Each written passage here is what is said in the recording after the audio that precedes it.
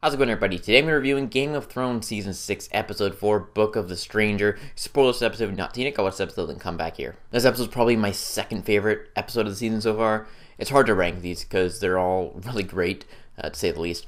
But I love this episode. There's so much good stuff happening, so much setup, even just with other storylines or other ones. Big things, big moments. And let's start where the episode began, which was up north in Castle Black. So all of a sudden, John's doing his thing, saying, I gotta leave, and all that, and Ed's kind of just, he's upset about it a little bit. He's like, you can't just leave, and whatnot, but all of a sudden we hear the horn, and even though I saw the preview for next episode, I thought John was gonna miss Sansa. I thought they were gonna leave at different times, and Sansa's gonna be there, and John's not gonna be there. I was like, oh. But that wasn't the case, and John and Sansa are reunited finally, and even though these guys didn't have the most best relationship between siblings, it's so great to see some of the Stark children reunited and just be happy. It was a happy moment that had me fearing like, oh, Sansa's gonna die now because there can't be any happiness when it comes to the Stark children reuniting. But I'm so glad they're reunited, and I like how John's going through this dilemma. Like, I don't want to go to war anymore. I'm tired of going to war. Going to war pretty much got me killed. Tired of fighting. And Sansa's like, no, you got to do this. You got to take back your home. Until we take back the home, there won't be any. You can't stop fighting. Which leads to the end of the episode where John gets the letter from Ramsay. In the books, it's kind of a play off the Pink Letter. I believe that's what it's called. And with lots of threatening words from Ramsay, saying he was going to rape Sansa. Most importantly, also that he has Rickon. And he has a little baby bro, so we got to go back. And that's going to create Melisandre's vision basically coming true of seeing this John fighting at Winterfell. So that's going to be awesome. I can't wait for that to happen in the next couple episodes. I don't think it'll be right away, but in about 2 to 3 episodes, I know we're going to see it. And I could not be more excited. Then we get Brienne, Davos, and Melisandre all having their awkward kind of conversation because you forget that Melisandre was responsible for Renly's death. And that was Brienne, basically, she found that out from Stannis that she's responsible, and a lot of awkward tension also between Davos and Melisandre as well, because she helped sacrifice Shireen, and we didn't even get that. Davos didn't even get to learn that because Brienne kind of interrupted there. But lots of tension there, and I'm curious how they're going to work together, especially when this truth does come to light, if Castle Black and these people are going to kind of crumble from the inside. So I'm interested to see. Also, we get the weird dinner conversation between Brienne and Tormund, where they're just kind of eyeing each other up. And I think Tormund was actually hitting on Brienne, kind of. He was checking her out. And Ed's just like, okay, whatever, man, whatever works for you.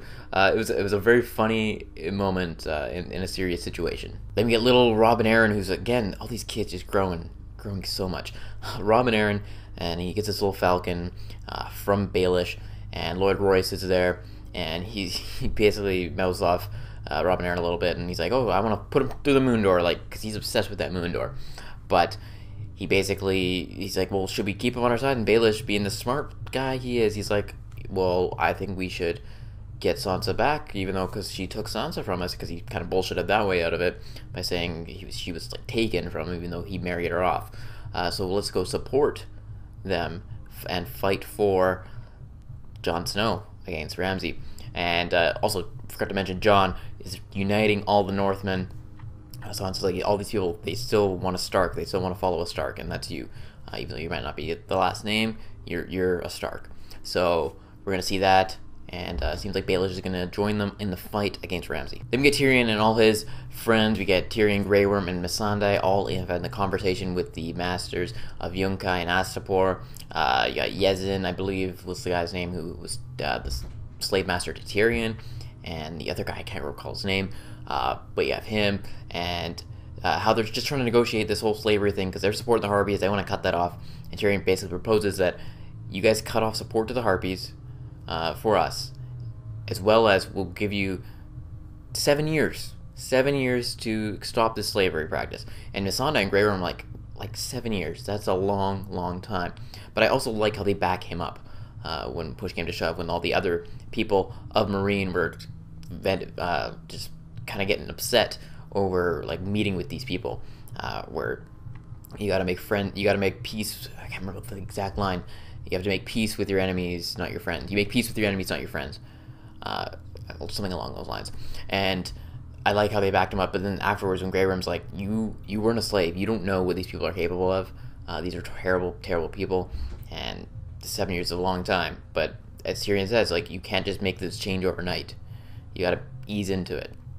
And I'm watching the inside of the episode with David and Dan. They were talking about how they kind of took inspiration from Lincoln in the Civil War, where Lincoln wasn't changing everything overnight. So there's that they used to play into it. And it's tough to say, like, 7 years is a long time. I understand the transition period, so you see both sides of it. Then we get Jorah and Daario on their way to rescue Dany, and again, Daario, just the quips that he's making to Jorah about how, like, oh, like, you can handle her, man. Like, you're an old man, and, like, I mean, I can barely handle her, and I'm a young guy. It's just these funny moments between Daario. It makes me seem like they've been walking a while. Has this all they've been talking about? Is this? And we get to see Daario knows about the grayscale now, and Daario sneaks in his knife, which is kind of cool. And I love when they come across the two Dothraki, and one of them takes off. Daario deals with him, and then goes and stabs the other guy, and he's like I said, I can't get rid of this knife. He's my friend, kind of thing. And so he's like, well, he's going to see the stab wound. He's going to see the stab wound, so he grabs a rock and just bashes him in. And it's like, well, now they're going to see this guy got his head bashed in with a rock. Smart. Very smart from Daario. Then you get Dany and the other Dosh Khaleen, and they're just talking about things, and she sneaks out with the other younger one who's just been there since she was like 16, I believe. Married off when she was 12, long time, and how they just they're sneaking out and meet up with Daario, and Dario's about to slit this girl's throat, but she's like, no, I got a plan, follow my lead, and we don't really know what this is at the time, and at least it's one of the best moments in the show. Which I'll get to in just a little bit. Then we get Margaery and the High Sparrow. They're having their conversation. The High Sparrow's kind of telling him that he kind of came from a position of power. I wonder if it's someone that we know or a house name we know. I'm curious to find that out if he actually is something like that. But basically, he finally gives her the chance to speak with Loras, and Loras is just out of it. He's completely distraught. He wants to just agree to anything just to get himself out of here. Or Margaery's like, no, you gotta fight it. This is what they want. They want me to break you down. But Loras is like a broken man right now. He almost has like he doesn't want to live, pretty much. So, man, Loras, I feel for you, man. I feel for you. Then we go to the conversation between Cersei and Pycelle. He kind of just slowly walks out of the room, very slowly, and Tommen, and where they kind of just go over like, hey, I had a conversation with the High Sparrow, and which leads into the other conversation with when Jaime and Cersei walk in to see Kevan and Olenna, and they just basically decide that they got to team up to take out this High Sparrow. We're going to bring in the army, they're going to stand down, and they're going to do this great plan to defeat and hopefully kill the High Sparrow. And I can't wait to see Cersei and Olenna actually team up instead of just being enemies, because Olenna is crazy. She's one of the smartest people in the room always, and she's ruthless when it has to be. She killed Joffrey pretty much. So I cannot wait to see Cersei and Olenna team up. That's going to be awesome. Them fighting the Faith Militant is going to be crazy. Who knows? Kevan, he is his son is one of them, Lancel. So I wonder if they're going to play that. Like, hey, if you go after us, Lancel's going to he's going to get killed. So I can't wait for that. And we got Theon finally arriving back on Pike. I don't know how you got there that fast. If you look at a map of Westeros, basically, just look at it for a second, and just look where Winterfell is. And they're kind of in between Winterfell and Castle Black, right? Maybe a little bit closer to Winterfell, okay? And just Sansa made it to Castle Black in a relatively short amount of time-ish. Pike is way south and to the east. It's just, like, Pike is, like, just east of, like, the Twins in King's Landing kind of area. So, or west, not east. But it's just, like, how did you, like, get there that quickly? Again, beside the point. But we had to see that conversation between Yara and Theon's like, I don't want to be king. Like, I don't care. I don't want to be king. I want you. I'm going to support you. Like, I can't do it myself right now. I didn't show up just because Dad died. I'm here to support you. So we're going to see the King's Moot hopefully next episode. And, I know some book things that may or may not come true because they've changed a lot lately. So we're gonna see the King's Moot, which should be exciting. Then we go to Ramsay in Winterfell, eating his apple, just sly, and I'm like, I don't like this guy when he eats an apple. I want him dead. And it feels like every episode they decide to just add another person on Ramsay's hit list, basically. Another person who's dead at the hands of Ramsay. And Asha comes in, doing the whole seducing routine that she did with Theon when Bran and Rickon escaped. And of course, Reek or Theon told this to Ramsay, and she's trying to get the knife. I'm hoping she gets the knife, but at the same time, I don't want her to be the one to kill Ramsay. I want like Sansa or Theon or Jon now to kill Ramsay. But she goes for the knife, and he's like, "Well, someone told me this. How you kind of did this once before," and stabbed right in the neck. Asha's dead, and she returned and she died. Just another bummer. Just adds on to the list of bad things. But it's Ramsay. It's Ramsay is all I have to say. It's Ramsay. It's not surprising anymore at all. I was just like, okay, this sucks, but I get it. Then we go back to Vaes Dothrak, and we see Daenerys kind of mouth off at all the Dothraki leaders, and says like, hey, like, I'm gonna lead you guys. I'm gonna lead the Dothraki across the sea. And he's like, the Ramsay's like, no, we're gonna have sex with you, and we're gonna have our horses have sex with you. We're gonna have everyone basically have sex with you.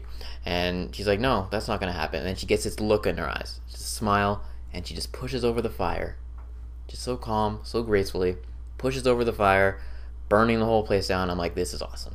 This is awesome. All the Dothraki in there die because Daario and Jorah stab some people outside. They can't lock the doors out, and she walks out the fire, just as powerful as ever, unburnt. The unburnt, now everyone's seen it, as opposed to just a few people at Khal Drogo's funeral. So she is the Dothraki now on her side, and I could not be more excited. She walks out like a badass, and I know Emilia Clarke, the actress, said that she doesn't want to do nudity basically for the sake of just nudity. She wants to do it for a reason, and this was a reason because it was a powerful moment. It wasn't like a sexy moment. It was powerful. She walks out of there, and everyone's in awe, and it's a great, great moment. I love it. Love it to death. So anyways, lots to look forward to next episode. Could not be more excited. I want to see how Dany now leads the Dothraki army, and I can't wait for the fight at Winterfell. I can't wait for the fight in King's Landing. There's a lot of stuff to look forward to. Lots of fighting and just great big moments happening. So could not be more stoked for the rest of the season.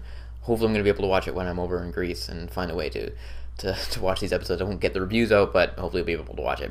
Anyways, let me know your thoughts on the episode in the comment section below. Again, be sure to like this video and subscribe to my channel for more videos each and every week. That is it, and I'll talk to y'all later.